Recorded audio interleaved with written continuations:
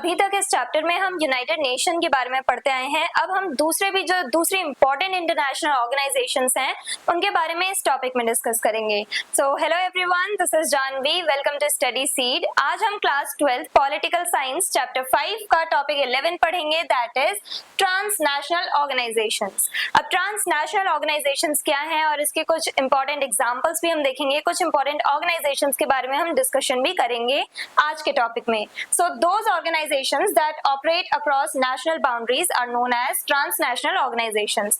अब transnational organisations क्या है? जो डिफरेंट नेशंस मिलकर जिन ऑर्गेनाइजेशन को चला रही हैं वो कहलाई जाती हैं ट्रांसनेशनल ऑर्गेनाइजेशंस। यानी कि group of nation, group of governments, group of states जब किसी ऑर्गेनाइजेशन को चला रहे हैं तो उसे कहा जाता है ट्रांसनेशनल ऑर्गेनाइजेशन। अब ये जो ऑर्गेनाइजेशंस हैं टू टाइप्स की होती हैं। Some transnational organisations are intergovernmental organisations और IGOs, while others are NGOs। अब कुछ ट्रांसनेशनल ऑर्गेनाइजेशंस जो हैं वो IGOs होती हैं, यानी इंटर गवर्नमेंटल ऑर्गेनाइजेशंस होती हैं, जहां पे डिफरेंट गवर्नमेंट्स, डिफरेंट कंट्रीज की गवर्नमेंट्स आपस में मिलकर कोऑपरेट करती हैं और एक ऑर्गेनाइजेशन को चलाती हैं। और ऐसे ही NGOs जो हैं, इनमें क्या होता है, एक तरह से ये भी इंटरनेशनल NGOs होते हैं जहां पे इंटरनेशनल लेवल पे सारा वर्क चल रहा है, सारी प्रॉब्लम्स को सॉल्व किया जाता है। लेकिन ये ऑर्गेनाइजेशन मेनली गवर्नमेंट्स के थ्रू नहीं, ये प्राइवेट इंडिविजुअल्स या प्राइवेट ग्रुप्स के थ्रू चलाई जाती हैं। ये ऑर्गेनाइजेशन ये नॉन गवर्नमेंटल ऑर्गेनाइजेशन होती हैं। तो इंटर गवर्नमेंटल ऑर्गेनाइजेशन जहां पे गवर्नमेंट्स कंट्रीब्यूट कर रही हैं, कोऑपरेट कर रही हैं, और NGOs जहां पे नॉन गवर्नमेंटल यानी कि प्राइवेट ग्रुप्स, प्राइवेट इंडिविजुअल्स जिन ऑर्गेनाइजेशन को चला रहे हैं वो NGOs कहलाते हैं। सो एग्जांपल है इसका, एक सबसे important example international Monetary fund IMF। IMF जो है ये IGO की कैटेगरी में आता है, इंटर गवर्नमेंटल ऑर्गेनाइजेशन है। इंटरनेशनल मॉनेटरी फंड ये स्टैब्लिश हुआ 1944 में, established in 1944 at the Bretton Woods conference. अब 1944 में एक कॉन्फ्रेंस हुई, मीटिंग हुई, that is Bretton Woods conference. अब 1944 यानी अभी वर्ल्ड वॉर 2 चल रही है। अब इसे हम रिलेट करेंगे वर्ल्ड वॉर 1 से। वर्ल्ड वॉर 1 के बाद जैसे जो सिचुएशंस बन गई थी उसकी वजह से काफी ज्यादा इकोनॉमिकली सफर करना पड़ा उन नेशंस को जो वर्ल्ड वॉर 1 का पार्ट थी। इकोनॉमिक क्राइसिस आए, पॉवर्टी, फेमाइन्स, फूड क्राइसिस, काफी सारी प्रॉब्लम्स आई। और ऐसे ही सिचुएशन कहीं वर्ल्ड वॉर 2 के बाद ना बन जाए, वर्ल्ड वॉर 2 के बाद भी हमें सेम सिचुएशंस देखने को ना मिले, ग्रेट डिप्रेशन जैसे सिचुएशंस देखने को ना मिले। तो इसकी वजह से क्या हुआ, जो कंट्रीज हैं उन्होंने मिलकर मीटिंग करी, स्पेशली अलाइड नेशंस जो थे उन्होंने मिलकर मीटिंग करी और उसी को कहा गया ब्रेटन वुड्स कॉन्फ्रेंस। ये मीटिंग हुई न्यू हैम्पशायर में 1944 में, ब्रेटन वुड्स कॉन्फ्रेंस। और इस मीटिंग में मेन एम क्या था, हमें सॉल्यूशन फाइंड आउट करना था कि ऐसा हम एक ऑर्गेनाइजेशन बनाए, ऐसा सिस्टम बनाए जिसकी वजह से पोस्ट वॉर के टाइम पे, वर्ल्ड वॉर 2 के बाद इकोनॉमिकली हम हेल्प कर सकें सभी नेशंस की अपनी प्रॉब्लम से ओवरकम करने में। तो इसीलिए ब्रेटन वुड्स कॉन्फ्रेंस रखी गई, ये मीटिंग रखी गई और इसका रिजल्ट क्या निकला, IMF एंड वर्ल्ड बैंक, ये दो ऑर्गेनाइजेशंस जो हैं ये सेटअप किए गए, ये दो ऑर्गेनाइजेशन बनाई गई 1944 में। ऑल्दो जो इंटरनेशनल मॉनेटरी फंड है और जो वर्ल्ड बैंक है ये 1945 में जाकर के अपनी फंक्शनिंग में आए। इसके हेडक्वार्टर्स का इंटरनेशनल मॉनेटरी फंड के वॉशिंगटन DC में। Gives loans to countries, International Monetary Fund क्या करती है, ये लोन्स प्रोवाइड करती है कंट्रीज को। और IMF इसी बॉडी से इंडिया ने भी लोन लिया था 1991 में। Provides economic advice, economic advices provide करती है कंट्रीज को for their economic development, economic boost. Encourage international trade, international level पे सारी कंट्रीज आपस में ट्रेड करें, कोऑपरेट करें जिससे कि उनकी इकोनॉमी की ग्रोथ हो, तो उसे भी ये इंटरनेशनल मॉनेटरी फंड ये ऑर्गेनाइजेशन प्रमोट करती है, ट्रेड को प्रमोट करती है। अब इसने इंडिया को लोन कब दिया था, 1991 में। तो IMF से इंडिया ने लोन लिया 1991 में और एक तरह से जो डिमांड रखी थी IMF ने वो क्या थी कि हमें LPG रिफॉर्म्स अडॉप्ट करने पड़ेंगे। IMF ने इंडिया को लोन देने से पहले एक डिमांड रखी कि आप अपनी बाउंड्रीज को ओपन अप करोगे, अपनी मार्केट ओपन अप करोगे टू द वर्ल्ड। पहले इंडिया क्या करता था, पहले इंडिया चाहता था कि हमारे नेशन में हम एक तरह से सेल्फ डिपेंडेंट बने, अपने कंजम्पशन के लिए जो भी चीजें हैं वो हम अपने ही देश में बनाएं, अपनी कंट्री में बनाएं। तो इंडिया सेल्फ डिपेंडेंट रहना चाहता था, इसलिए कह लो हाफली इंडिया आइसोलेटेड था। इंडिया ने अपनी मार्केट ओपन अप नहीं करी थी क्योंकि हम नहीं चाहते थे दोबारा कोई ईस्ट इंडिया कंपनी जैसी कोई कंपनी आए और इंडिया पे अपना रूल स्टैब्लिश करे। तो इसलिए हमने हाफली अपने आप को आइसोलेट रख रखा था पूरे वर्ल्ड से, अपनी मार्केट हमने ओपन अप नहीं करी थी। लेकिन जब हमें लोन की जरूरत पड़ी और हम IMF के पास गए हेल्प के लिए, तो IMF ये इंटरनेशनल मॉनेटरी फंड ने क्या किया, हमारी मार्केट को ओपन अप करने की डिमांड करी और इसी की वजह से हमारी नीड्स थी, हमें लोन चाहिए था और इसी की वजह से हमने क्या किया, अपनी मार्केट ओपन अप करी, IMF की डिमांड्स मानी और हमने LPG रिफॉर्म्स लेकर के आए 1991 में, that is liberalisation, privatisation and globalisation, जिनके बारे में आपको पता ही होगा। तो LPG रिफॉर्म्स हम लेके आए किसकी डिमांड पे, IMF की डिमांड पे, और IMF ने ही इंडिया को लोन प्रोवाइड किया था। World Bank created in Bretton Woods conference, headquarters Washington DC, ये भी IMF के साथ ही बना था और इसके भी हेडक्वार्टर्स वॉशिंगटन DC में है, USA में। प्रोवाइड्स डेवलपमेंट लोन्स, और ये जो वर्ल्ड बैंक है ये मेनली डेवलपमेंट से रिलेटेड लोन्स प्रोवाइड करता है। अगर आपको एजुकेशनल डेवलपमेंट करना है, एजुकेशनल फील्ड में हेल्थ केयर फैसिलिटीज प्रोवाइड करने में अगर आपको लोन्स चाहिए, फंडिंग कम पड़ रही है, तब आप वर्ल्ड बैंक से हेल्प ले सकते हो। तो वर्ल्ड बैंक क्या करती है, डेवलपमेंट रिलेटेड प्रोजेक्ट्स में हेल्प करती है, लोन्स प्रोवाइड करती है। वर्ल्ड ट्रेड ऑर्गेनाइजेशन और WTO, वर्ल्ड ट्रेड ऑर्गेनाइजेशन नाम से पता चल रहा है ये ऑर्गेनाइजेशन क्या करती है, ट्रेड को प्रमोट करती है, ट्रेड के टर्म्स में ये कंट्रीब्यूट करती है। एस्टैब्लिश इन 1995, 1 जनवरी 1995 को ये ऑर्गेनाइजेशन सेटअप की गई थी। हेडक्वार्टर्स कहाँ पे इसके, जेनेवा स्विट्जरलैंड में।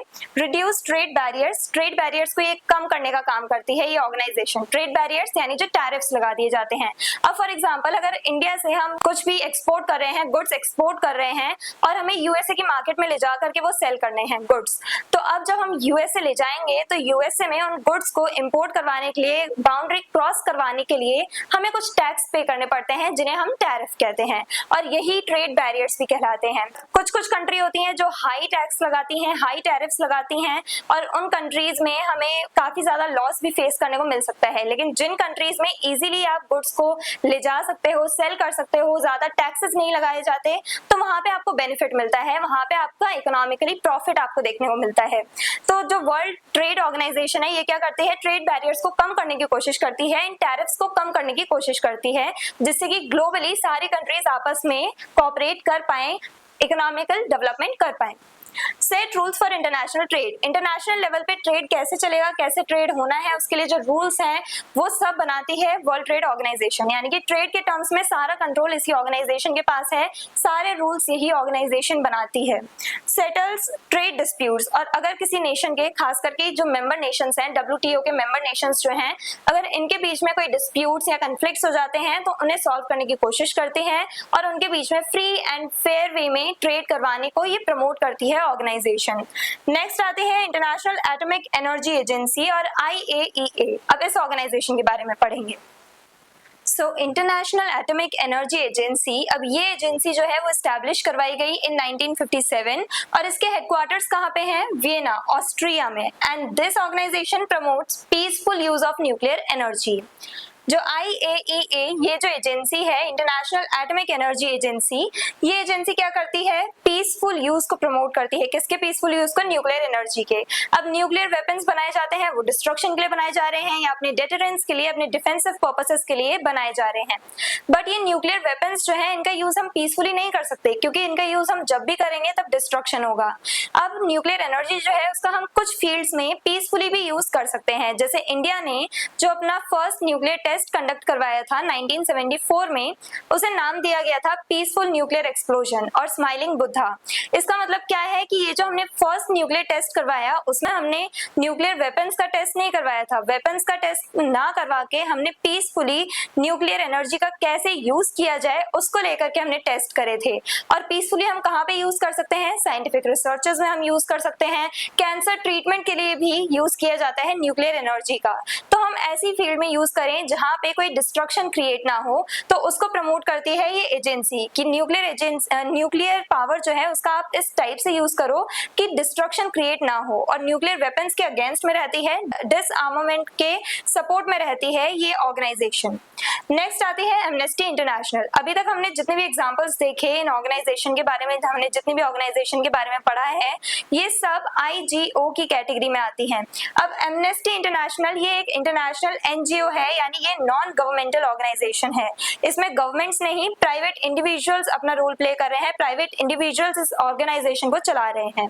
तो एमनेस्टी इंटरनेशनल ये कब बनाई गई, स्टैब्लिश की गई 1961 में। इसके हेडक्वार्टर्स है लंदन में, that is in UK, United Kingdom, और इसका मेन एम क्या है? To protect human rights. Human rights को प्रोटेक्ट करना इस ऑर्गेनाइजेशन का मेन गोल है, मेन एम है। It publishes reports on human rights, और ये जो ऑर्गेनाइजेशन है एमनेस्टी इंटरनेशनल, ये एक तरह से रेगुलर बेसिस पे अपने रिपोर्ट्स प्रिपेयर करती है ये देखने के लिए कि कितना इंप्रूवमेंट हुआ है, पूरे वर्ल्ड लेवल पे कितनी इंप्रूवमेंट हुई है, ह्यूमन राइट्स को प्रोटेक्ट किया जा रहा है नहीं किया जा रहा है, सभी नेशंस को एडवाइसेस देना, ऐसे नेशंस में जहां पे लोगों को सफर करना पड़ रहा है उन नेशंस की गवर्नमेंट को एडवाइसेस देना, और अगर एडवाइसेस से काम नहीं चल रहा है तो गवर्नमेंट पर प्रेशर क्रिएट करना इस ऑर्गेनाइजेशन का काम है कि आप ह्यूमन राइट्स को प्रोटेक्ट करो, ह्यूमन राइट्स को प्रमोट करो। ऐसी एडवाइसेस ये देता है किसी गवर्नमेंट्स को, अलग अलग नेशंस की गवर्नमेंट्स को जहां पे लोग सफर कर रहे हैं, और रिपोर्ट्स भी पब्लिश करते हैं ये रेगुलर बेसिस पे to see the improvement. Conducts global awareness campaigns, और ग्लोबल लेवल पे ये कैंपेन्स भी कंडक्ट करवाते हैं, यानी कि वर्ल्ड में अलग अलग कंट्रीज में कैंपेन्स कंडक्ट करवाए जा रहे हैं। कैंपेनिंग के थ्रू ये अवेयरनेस फैला रहे हैं ह्यूमंस को, हम सिटीजन्स को हमारे राइट्स के बारे में बता रहे हैं, फंडामेंटल राइट्स के बारे में ये एमनेस्टी इंटरनेशनल अवेयरनेस फैलाने का काम करती है।